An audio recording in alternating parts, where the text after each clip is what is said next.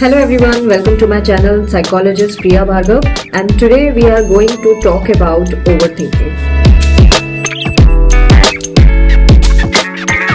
अक्सर हम किसी सिचुएशन के बारे में सोचते हैं और फिर सोचते ही रह जाते हैं और कितना टाइम निकल जाता है हमें पता ही नहीं चलता। और कभी कभी तो हम बहुत इंपॉर्टेंट कमिटमेंट्स भी छोड़ देते हैं बिकॉज ऑफ ओवर थिंकिंग। कभी कभी हमारे रिलेशनशिप्स में इसका इम्पैक्ट पड़ता है क्योंकि हम सारे टाइम सोचते रह जाते हैं। ओवर थिंकिंग भी तरह तरह की होती है, जैसे कि हम पास्ट के बारे में सोचने लग जाते हैं, हमारे साथ कुछ इंसिडेंट हुआ, पास्ट रिलेशनशिप्स हो गई या कुछ और इवेंट जहां पे आप हर्ट हुए हैं जो आपको वाकई बॉदर करती है उसके बारे में आप सोचने लग जाते हैं। या कभी कभी ओवर थिंकिंग उन चीजों के लिए भी होती है जब हम फ्यूचर के बारे में सोचने लग जाते हैं कि अब क्या, व्हाट्स नेक्स्ट, अब कैसे लाइफ में आगे बढ़ेंगे या लाइफ में आगे क्या करना है। अपनी नहीं तो किसी और अपने रिलेटिव की चिंता हो जाती है, हमें किसी और की चिंता हो जाती है या कोई ना कोई बात ऐसी होती है जिसके बारे में हम फिक्रमंद हो जाते हैं। अब ओवर थिंकिंग में इसके अलावा और भी चीजें आ सकती हैं, जैसे कि डिसीजन आपने कुछ लिया और आपको लगा कि वो डिसीजन सही था कि नहीं था, हमने जो डिसीजन ले लिया अब उसके आउटकम्स क्या होंगे अगर ले चुके हैं,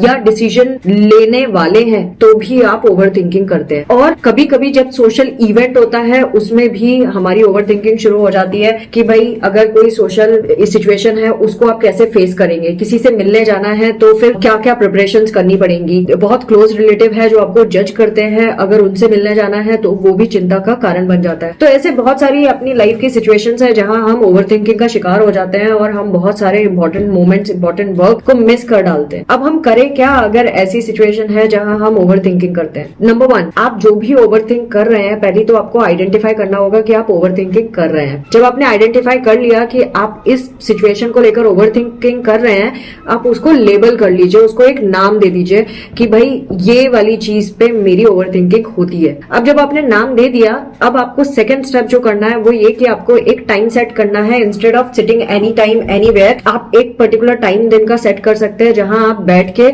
ओवर थिंकिंग कर सके, आराम से उस टॉपिक के बारे में सोच सके। बट ये नहीं कि आपने एक टाइम पे शुरू तो किया लेकिन आप खत्म नहीं कर रहे हैं उसको। आपको एक रेंज रखनी पड़ेगी कि भाई मैं 1 घंटा बैठ के इस बारे में सोचूंगी या सोचूंगा, बट उससे ज्यादा अपना टाइम इस चीज को नहीं दूंगी। जब आप ऐसा करते हैं तो आप बहुत सारा टाइम भी बचा लेते हैं एंड आपका माइंड आपको फोकस करने के लिए अलाउ कर देता है, क्योंकि जब हम ओवर थिंकिंग करते हैं तो बैक ऑफ द माइंड बहुत सारी चीजें चल भी रही होती है, मतलब मल्टीपल ओवर थिंकिंग हो रही होती है। So that's why it is important कि आप एक टाइम सेट कर लें एंड उस टाइम पे बैठ के ओवर थिंकिंग करें। थर्ड थिंग जो आप कर सकते हैं वो ये कि अगर सपोज आपका सुबह ओवर थिंकिंग हो रही है और आपने दोपहर का टाइम सेट किया था कि आप दोपहर में ओवर थिंकिंग करेंगे बैठ के, आप उस थॉट को पोस्टपोन कर सकते हैं। 10 बजे के बजाय आप खुद से बोल सकते हैं ठीक है मैंने 3 बजे का टाइम सेट किया था, मैं 3 बजे बैठ के ही इसके बारे में सोचूंगी, मैं इसको कहीं लिख लेती हूँ। नेक्स्ट जो आप कर सकते हैं वो आप ग्राउंडिंग टेक्निक यूज कर सकते हैं, माइंडफुलनेस टेक्निक यूज कर सकते हैं जो आपको प्रेजेंट में ही रखेंगे, आपको ना पास्ट में जाने देंगे ना आपको फ्यूचर में जाने देंगे, आपको प्रेजेंट मोमेंट में ही रखेंगे। तो आप मेडिटेशन भी कर सकते हैं उसके लिए। नेक्स्ट जो आप कर सकते हैं वो ये कि जो जिस टॉपिक पे आप ओवर थिंकिंग कर रहे हैं हो सकता है वो एक वाइड टॉपिक हो, और जब आपका टॉपिक वाइड होता है ऑटोमेटिकली वो बहुत सारा टाइम का, बहुत सारी एनर्जी कंज्यूम कर लेता है जिस वजह से आप एग्जॉस्ट भी फील करते हैं। तो आप उस टॉपिक को स्मॉल स्मॉल चंक्स में डिवाइड कर सकते हैं, उसके छोटे छोटे सेक्शंस में डिवाइड करके फिर आप उसके बारे में बैठ के सोच सकते हैं, वो भी आपका बहुत सारा टाइम बचा लेगा। नेक्स्ट जो आप ओवर थिंकिंग के लिए कर सकते हैं वो ये कि आप अपने डिस्ट्रैक्शंस तैयार रखें, जैसे कि म्यूजिक सुनना, अपने रिलेटिव से बात कर लेना, अपने फ्रेंड से बात कर लेना, अपनी किसी क्राफ्ट एंड आर्ट की एक्टिविटी में इन्वॉल्व हो जाना या किसी और कुकिंग वगैरह। इन सारी चीजों में आप जब टाइम स्पेंड करते हैं, अपनी अटेंशन पे करते हैं तो ऑटोमेटिकली आपकी ओवर थिंकिंग बहुत कम हो जाती है। And one more technique that you can use is अपनी वैल्यूज एंड अपने पर्पस को ढूंढे। आपकी लाइफ में आपकी वैल्यूज क्या है? क्या आपकी वैल्यूज सिर्फ ओवर थिंकिंग है?